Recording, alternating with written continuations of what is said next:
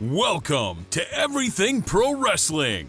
Everything Pro Wrestling is a show by the fans, for the fans. And here's your host, Conrad Cushman. Folks, thank you for joining me on Everything Pro Wrestling today. My name is Conrad Cushman, and we are here to give a preview for Impact Wrestling Slammiversary 2019. The show is going to be very exciting. Slammiversary is the show that got me back into Impact Wrestling. It started with the show with El Patron versus Bobby Lashley. I really enjoyed that show, and I slowly started watching the pay-per-views once again. And before we get into the preview of that show, I want to talk about Impact Wrestling as far as their television deal at the moment. Currently, you can watch Impact Wrestling on Twitch.tv and Pursuit. Now, let's rewind real quick.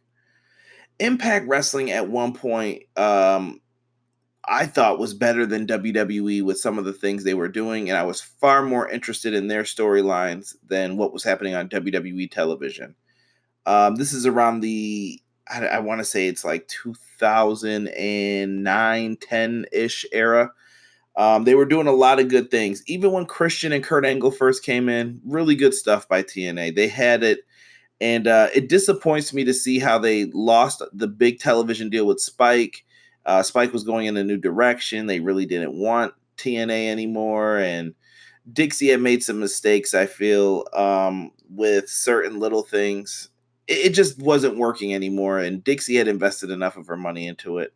I completely understand that, but now it's owned by a new company being ran by Don Callis and some of his associates, Scott D'Amore, and others.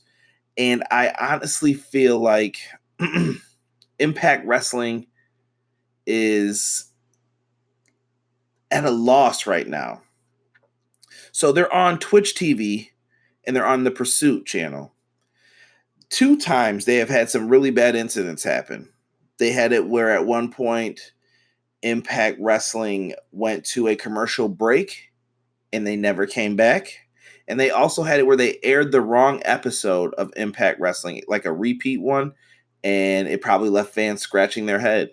How are you going to get that exposure that you want if you're not airing the correct episodes or you're airing repeats? People get wrestling on their networks because you offer a variety of content 50 to 52 weeks out the year, and you're always providing wrestlers and wrestling storylines. You're doing something different all the time.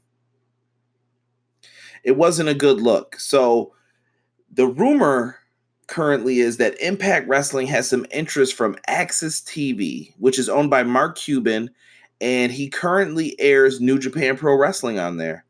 Pro wrestling is a hot thing right now.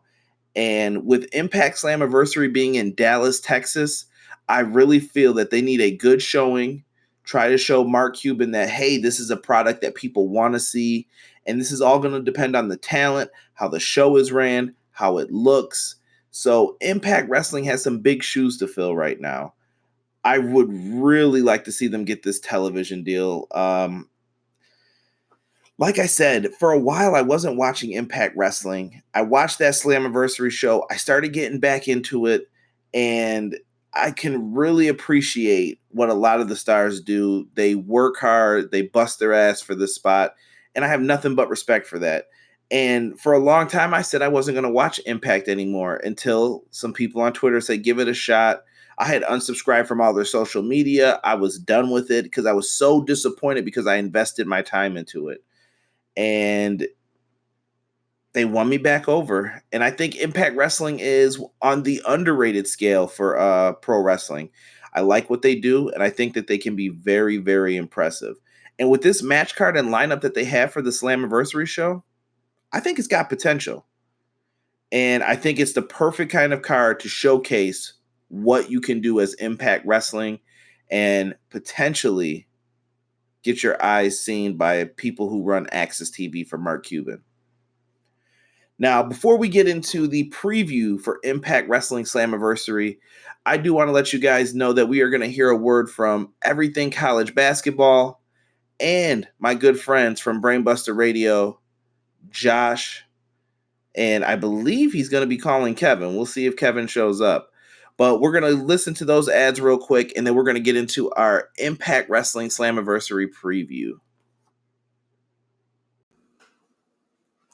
Everything Pro Wrestling, it's your boys from the Everything College Basketball Podcast and Facebook group.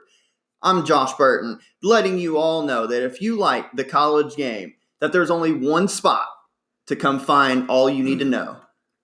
Yep, Josh, Peyton, and myself, Tyler. We are the three voices of ECB podcast and Facebook group. Peyton, tell them where they can find us and listen to us at. Well, Tyler, you can find us on Anchor, Spotify, iTunes, Google Podcasts, and all other podcast hosting sites. Also, go join our Facebook group, facebook.com/groups like Everything College Basketball. So if you want everything you need to know about the collegiate game or have a passion for it, there's only one spot that you need to check out on a weekly basis or a daily basis with the Facebook group. That's Everything College Basketball. Now let's get back to Conrad informing you on everything pro wrestling and the workings around it. Brother. Hey, it's Josh here, and I'm sorry to interrupt your episode of Everything Pro Wrestling with the wonderful Conrad, but I just wanted to let you guys know that right here on Brainbuster Radio, you can catch me and my co-host Kevin Carroll. Where is Kevin? Kevin! Woo, Kevin! Okay, I can't find Kevin anywhere, but I was just going to let you guys know that you can catch me and Kevin every single Friday right here on Brainbuster Radio with Wrestling Reverb. How about we get back to some Everything Pro Wrestling, though? Take it away, Conrad. Big shout out to my friends at Everything College Basketball. They have all the latest college hoops news for you guys, so make sure you check them out. And a big shout out to my team from Brainbuster Radio. That includes Josh and Kevin. Love the ad, Josh. Really works well. Yeah, just a big shout out to the whole Brainbuster Radio crew. If you guys have not subscribed to that podcast, please do so. You can catch Josh every Friday, and I follow him on Saturdays. We have a tremendous crew, and we bring you podcasting 7 days a week, talking about wrestling, some non-wrestling stuff. It's all good stuff, guys. Make sure you check it out. But let's get into the Impact Wrestling Slammiversary show, shall we? Now, like I said, this card is looking pretty good on paper. I am happy with what we have so far, and I think we've got some good stuff happening here. So let's take a look at some of these matches. First, we are going to have the equal intergender match with Tessa Blanchard versus Sami Callihan. Boy, oh boy, is this one going to be interesting. Tessa Blanchard and Sami Callihan have been going back and forth, and I really feel like this is going to be a brawl. I think it's going to be a heck of a match, and it's going to be a tough one. What's going to happen in this? I have no idea. Tessa Blanchard right now, in my opinion, not only does she have the best song in Impact Wrestling, it might be the best song in pro wrestling. I could rock out to that at the gym. But I feel like she is one of their best performers on that roster. Easily the best women's performer currently. Taya is up there as well. They have a tremendous crew. Taya is probably my second favorite women's wrestler right now, but Tessa Blanchard has been clicking on all cylinders. And they've had to elevate her to put her against Sami Callihan. And Sami Callihan's been kind of in this weird patch. He's been in MLW, Impact. And I don't know what's next for Sami Callihan, but this feud's going to make things interesting for him. Depending on how long they want to keep this going is going to change what happens here. I feel in this equal intergender match, I think Tessa Blanchard finds a way to get a roll-up style victory or some type of BS win here that leads to her getting the win and Sami Callihan and OVE being very, very upset. And maybe you could have Tessa get back up or figure out something to do here. Or they could have Sami Callihan be the most vicious bastard that he is and get the win. I'm going with Tessa Blanchard, though, for the win. I think she needs it. Sami has not been committed fully to Impact Wrestling, so that's my logic behind that.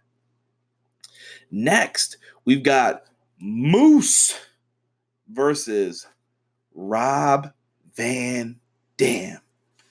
And Moose was somebody who I saw a lot of people saying, oh, this guy was main eventing pay-per-views and now he's in a bad spot. I don't know when being in the ring with Rob Van Dam was a bad spot, but I think this is going to do Moose some good. Moose will be in there with someone who main evented on the big stage a couple times. Rob Van Dam has carried companies like ECW. Hell, I think at one point he was the guy they were running with in TNA. Rob Van Dam is still very talented. He has a mind for pro wrestling. Maybe he's not as fast as he once was, or he's a step slower, but Rob Van Dam still interests people. Rob Van Dam busted his ass for this industry, and I will always show him respect for that because he was one of my favorite performers for quite some time, especially in the late 90s, early 2000s. Van Dam, one of the best. In this match, though, I feel like you're going to have to give the dub to Moose. Moose is the uprising star. Moose is someone who I think you are going to want to build Impact around. I like Moose. He had some heated words on Twitter with Brian Cage. I don't know what that was, but Moose cares about Impact Wrestling. He's focused right now. Give the dub to Moose.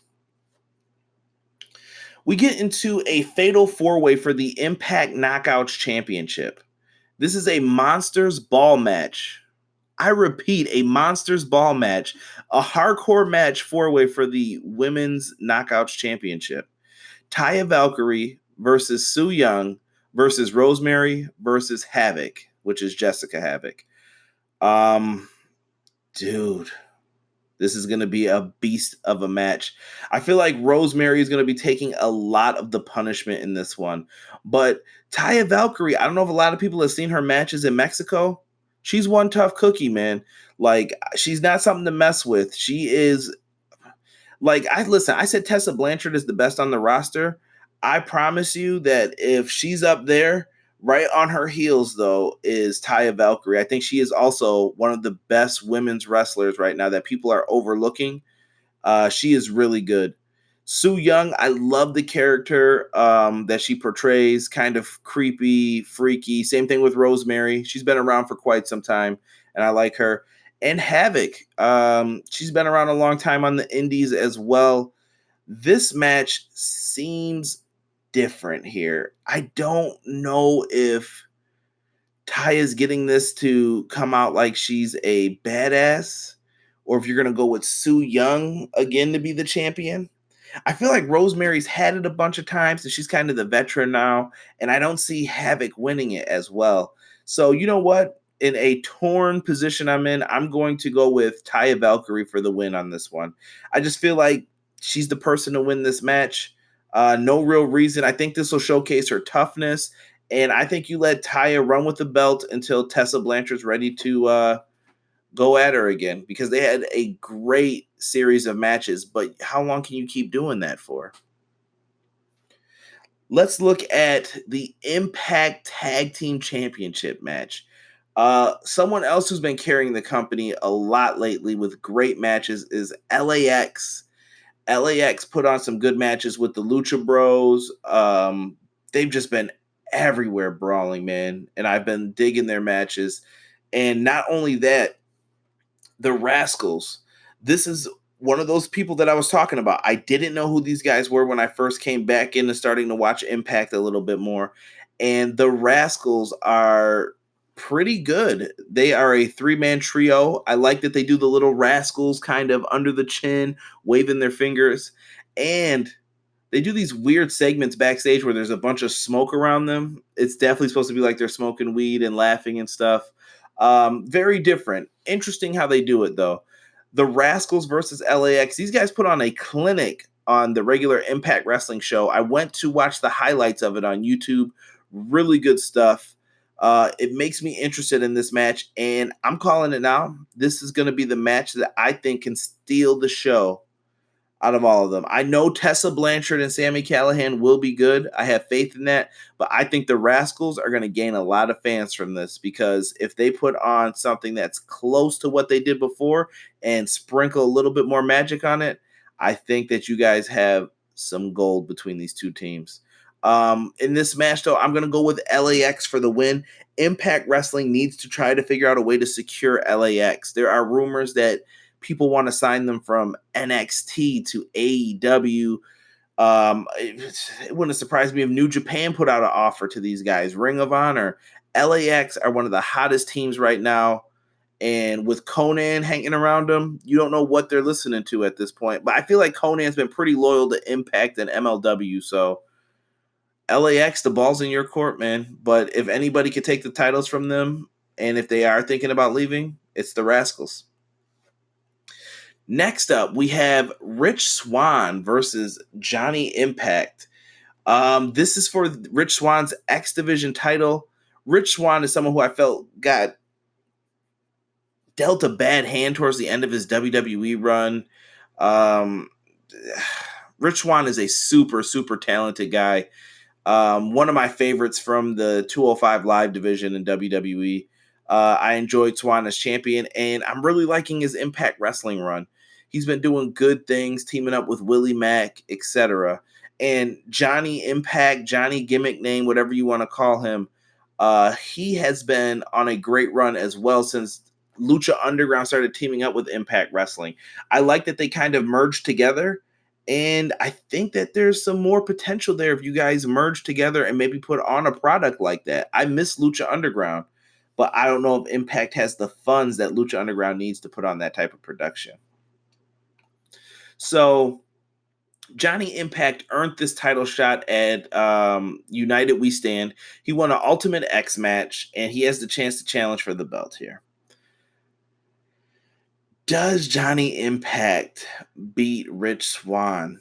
This is all going to depend on if Johnny Impact is sticking around. I don't know any of the contract dealings, but that would truly matter. And I guess that's a layup of a reason to say that. That's dumb on my part. But Rich Swann, I feel like he deserves that championship right now.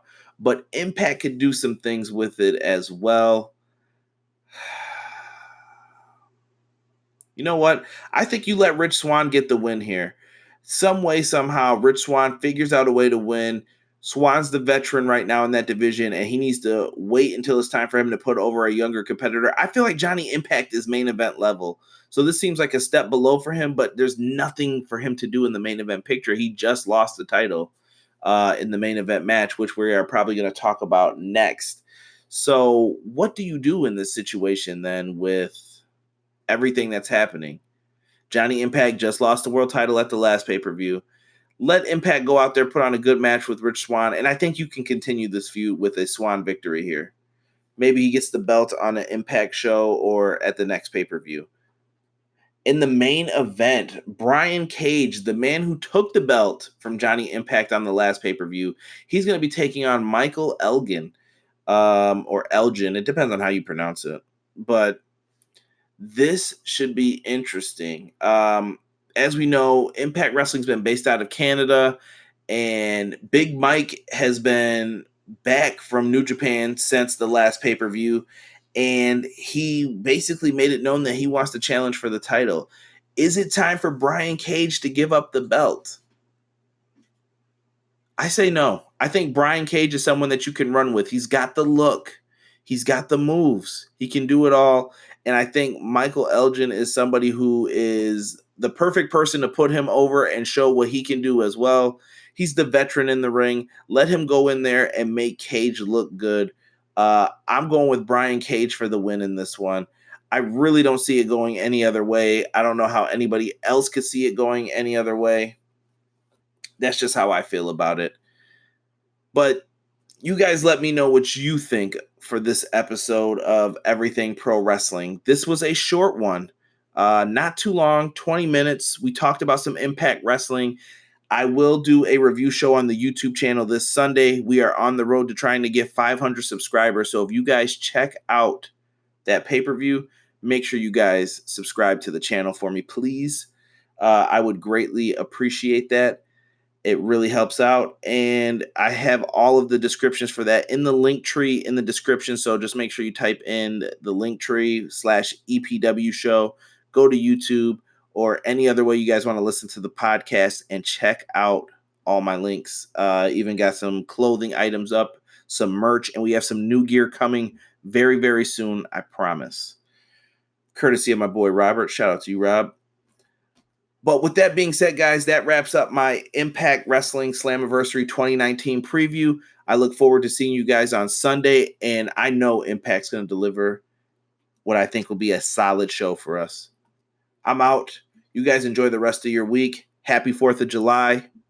Peace.